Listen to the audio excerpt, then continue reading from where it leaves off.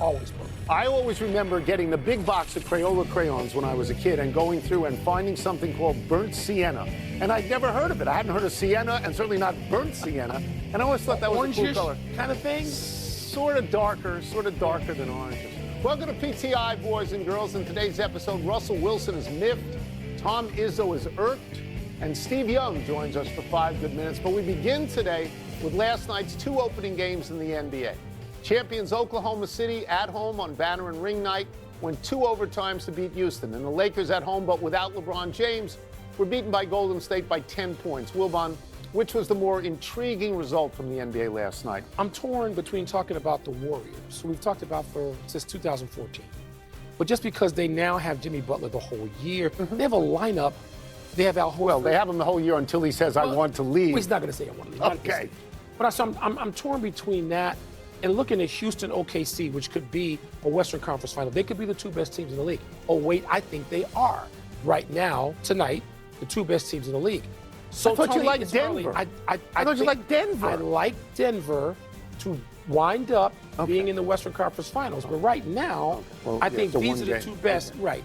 And Kevin Durant had a weird sort of night. He called time. He called time out. It's a technical. He called time. Except they didn't call it technical. They didn't call it. The referees didn't see right it? There. We all saw it. No. But setting that aside, Kevin Durant played 47 minutes last night. And it was actually for an opening night game. I wasn't going to watch it all, and I wound up staying with it. I thought it was sort of riveting because you have these champs, these young champs out there, and you have Kevin Durant leading another young team. I just thought that was cool. But the old people, which you would have liked if you'd been awake, is to talk about Steph Curry and Jimmy Butler and Draymond Green. So look, we're all familiar with the Warriors and the Lakers. Yes. It's a great rivalry, and they have big stars. And so the tendency is to say that's a meaningful game and maybe even a foreshadowing game. But LeBron didn't play. So I can't attach any meaning to it because LeBron didn't play. Sentiment. Because the Warriors right now are Steph Curry and Jimmy Butler, and the Lakers are LeBron and Luka. I could talk about Luka's 43, but if LeBron plays, he doesn't get 43. But he doesn't get 43 because he doesn't need 43. So it's the other game. And the reason it's the other game is because this is what Oklahoma City is going to face all year. Everybody's going to give them their best shot. And young, improving teams like Houston, like Detroit, like Orlando are going to be sky high to play against them. So Oklahoma City won, and that's great. It's good for them that they won, but this is what they're going to look at all year long. A lot. And Tony, this is what I know you frowned yesterday, but this is the reason I'm saying you can't repeat. Because when you look at it every day from now till June. That's right. They had to sweat to win the first game at home. Yeah. Come on. Let's move to Russell Wilson's issue with his former head coach, Sean Payton. Payton's Broncos beat Wilson's Giants on Sunday, and afterward, Payton said he wished the Giants had waited to start Jackson Dart until after this game, implying he would have rather faced Wilson, more than implying. Wilson called the comment classless. Tone, what do you call it? I would call it deliberate, and I would call it goading.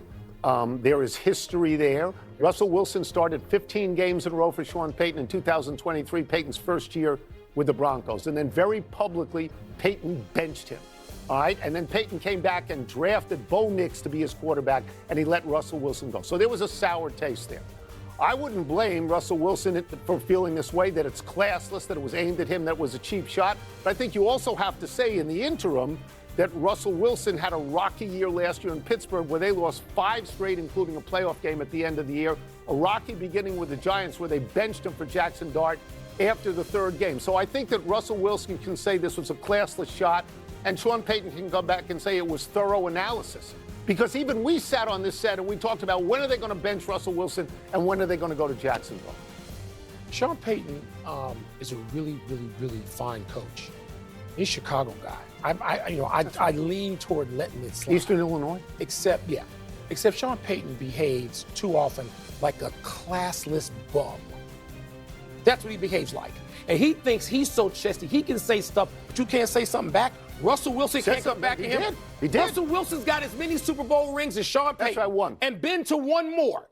So Sean Payton will tell you what he did as an assistant and try to take credit for that. And Sean Payton, what does Sean Payton think this is, like 1948? Like Russell Wilson as a quarterback can't come back at him as a man? Good. I'm glad Russell Wilson did. And they can be equals in that way in terms of status in football, but Sean Payton, who do you think you are? You ain't that good where you can just take shots at people and you better go in the rope-a-dope. I wish Russell Wilson had gone further. Do you think Russell Wilson will stay in the NFL? Do you think he'll become an itinerant like Joe Flacco and try and get starting jobs here and there? Because his effectiveness has diminished. Effectiveness has diminished, Tony. And others, he wasn't ever the most popular guy in the room he was in. But he won a Super Bowl and he should have two. He should have two. Should have two. Yeah. We move now to college basketball and a consternation by Tom Izzo over the NCAA allowing 2 G League players to play college basketball. In the past, if you played pro basketball, you were barred from college play. But 21-year-old London Johnson has been cleared to play at Louisville next season, and 21-year-old, and I hope I pronounce this right, Terry Darlin, has been cleared to play at Santa Clara this year. Izzo was livid about this and said, quote, "It's ridiculous, it's embarrassing, and I love my job. I don't respect my profession. I'm not real excited about the NCAA or whoever is making these decisions," unquote.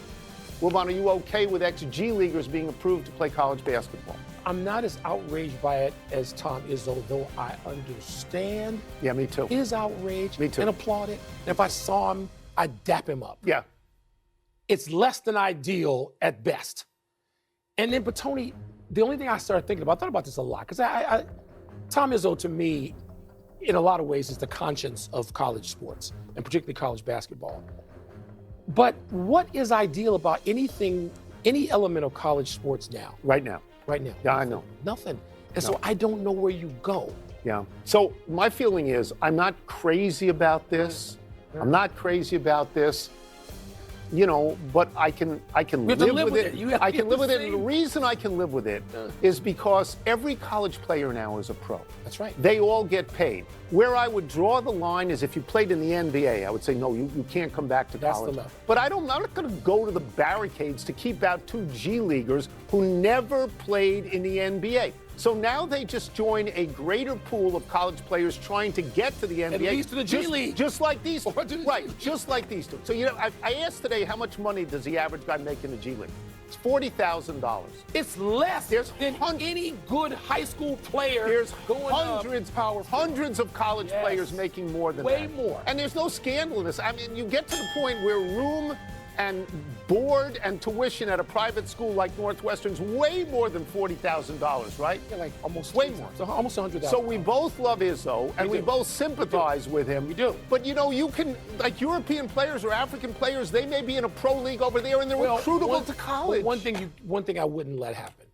No going back and forth in the same season, like minor league call-ups. No. In Major League Baseball. No. Let's go. No, you can't do that. But I think we're going to have to live with it. We're straight down the line. I think we're going to have to live with it. Let's take a break. Coming up, Jordan Love takes on Aaron Rodgers on Sunday, and we're going to ask Steve Young what it's like to face a guy who once had your job. We'll also ask him how Justin Fields should feel about the Jets owner taking a shot at him. Another dude who behaves like a classless bum. That owner, who's a dreadfully awful owner. Did you see the pictures of Young in Montana? Did you see that? That excites me. Yeah.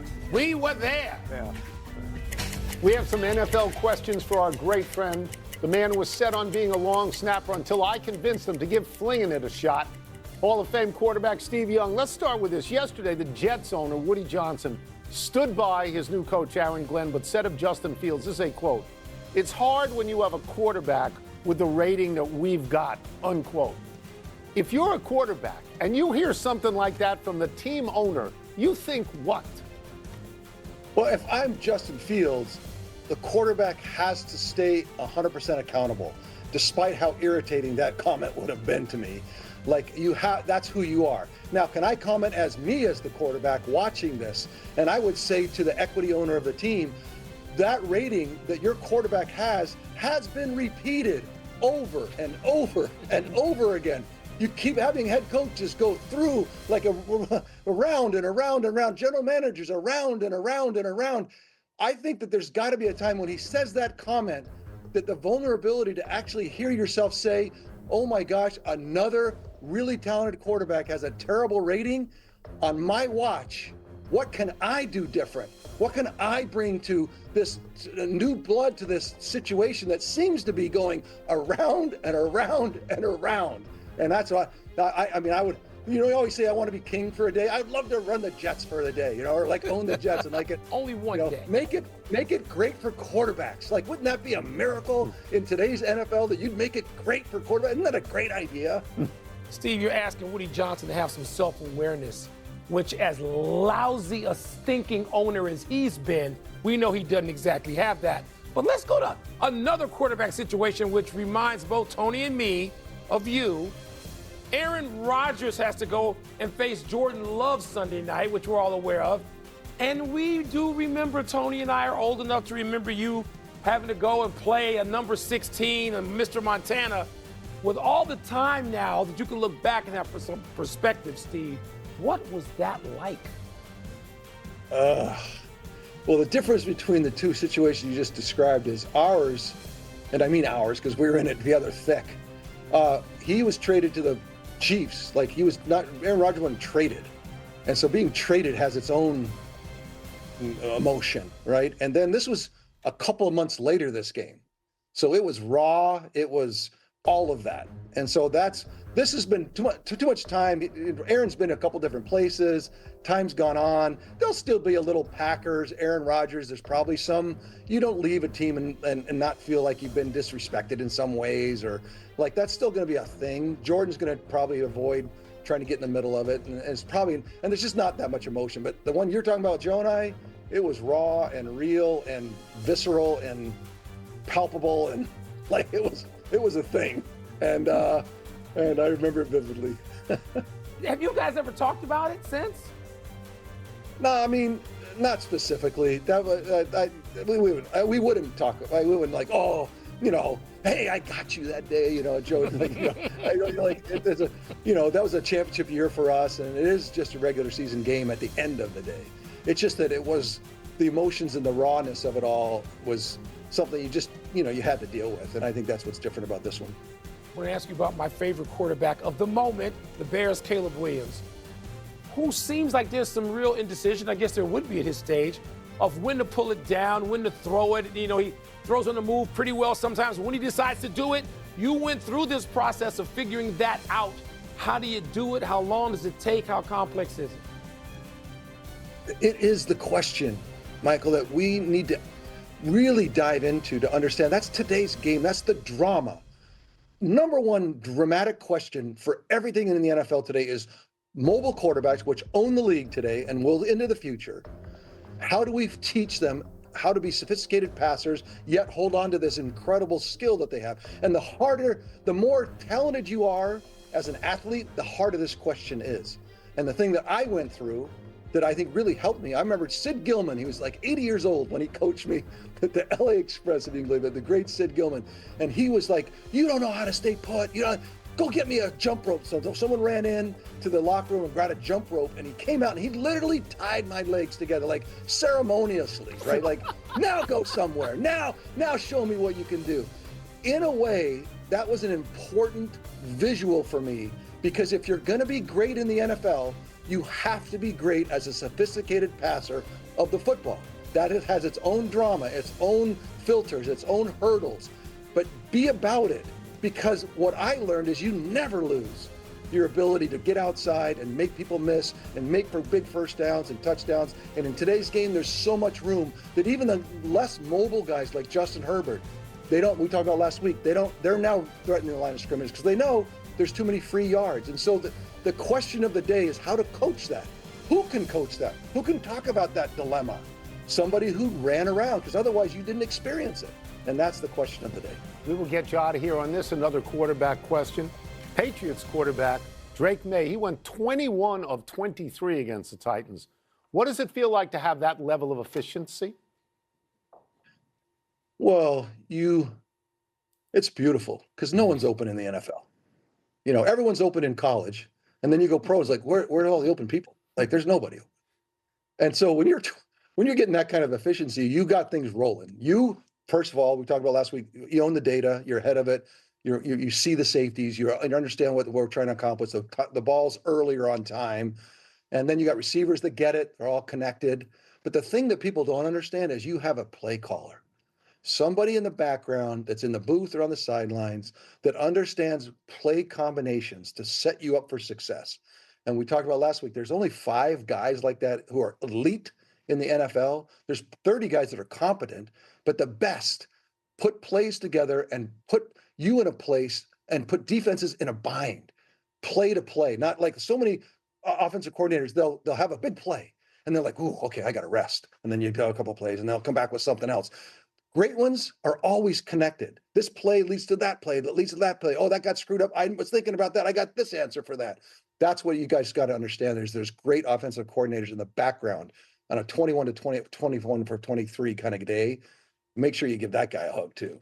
It's our greatest pleasure to have you here. Thanks Steve, so much, thank Steve. you. Appreciate it. Thank you. All right, you guys the best. Got my tie out today, so I know I'm good. Look like an adult. Wilbon doesn't. You do. I do. Let's take one last break. I just look Still to come, we've got injury updates on birthday Ichiro Suzuki. If you add up Ichiro's 1,278 hits in Japan and his 3,089 hits in the majors, it's move over Pete Rose. There's a new hit king. Ichiro joined the Mariners in 2001 when he was 27. He played 2,653 major league games, mostly for Seattle, but also for the Marlins and Yankees. He scored 1,420 runs, had a batting average of .311, and in 2004 set the major